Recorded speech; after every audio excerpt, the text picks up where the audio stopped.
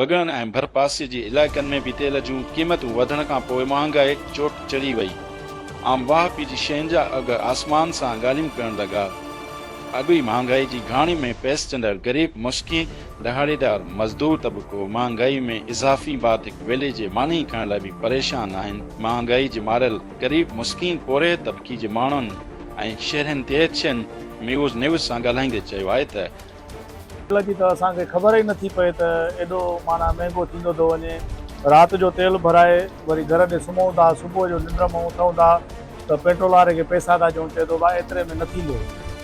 ग़रीब आवाम वॾो तंगदस्ती में आहे। ॿिनि वेलनि मानीअ जे खाइण में हू परेशान आहिनि। इन जे करे वधि में वधि महिरबानी करे थोरो इन ते नज़रसानी कयो। गुरबत गुरबत गुरबत हर वक़्तु रुगो निर्णय में लॻे थी गुरबत, इन करे थी लॻे हुकुमरान असांजा अहिड़ा आहिनि जो असांजे अॻियां असांजे मथां गुरबत उन्हनि मड़े छॾी आहे। गुरबत मरण जा उन्हनि वटि इहे तौर तरीक़ा ऐं वसीला आहिनि जेके असांखे गुरबत जी धुबण मां कॾहिं बि न कढण ईंदा।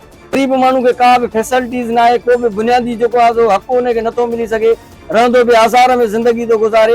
असां आला अख़्तियारनि खां गवर्नमेंट पाकिस्तान सिंध गवर्नमेंट जेके बि असांजा ऐं कुर्सियुनि ते वेठल दादला आहिनि, असां उन्हनि खे इहा पुरज़ोर अपील कंदासीं त हिन ग़रीब ऐं मिसकिन माण्हुनि ते नज़रसानी कयो त जीअं ॿिनि वेलनि जी मानी खाई सघनि।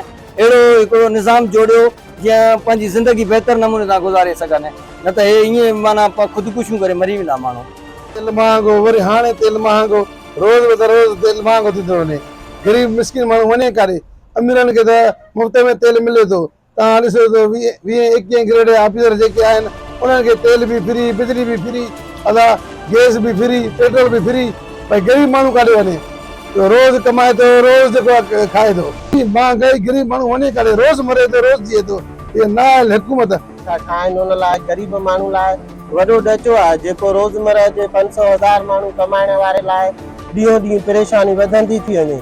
हीअ हुकूमत जेका आहे माना पैदागीर ऐं माफ़िया जे हवाले सिंध हुकूमत थी वई आहे, तंहिंजे करे ग़रीब माण्हू जो जीअं जंजाल थी वियो आहे। असांखे महांगाई रोज़ 15 ॾींहं तेल थो चढ़े, रोज़ 15 ॾींहं तेल थो चढ़े, पर इहो त सच त तेल सां गॾु हर आइटम थो वधे। ग़रीब माण्हू वञे काॾे, 1000 जेको ॾियारी कमाए थो त उहो पंहिंजे बचनि जो गुज़र सफ़र कहिड़े तरीक़े सां करे सघंदो। सो बराए महिरबानी महांगाई ते कंट्रोल कयो त जीअं ग़रीब माण्हू ॿ वेला मानी खाई सघे। एहसास कयो इंसान जो, आख़िर तव्हां बि इंसान आहियो। THN न्यूज़ अवाम जे ॾुखनि दर्दनि ऐं मसइलनि जे आवाज़ खे उजागर कंदड़ channel. Like, share, comments, and subscribe.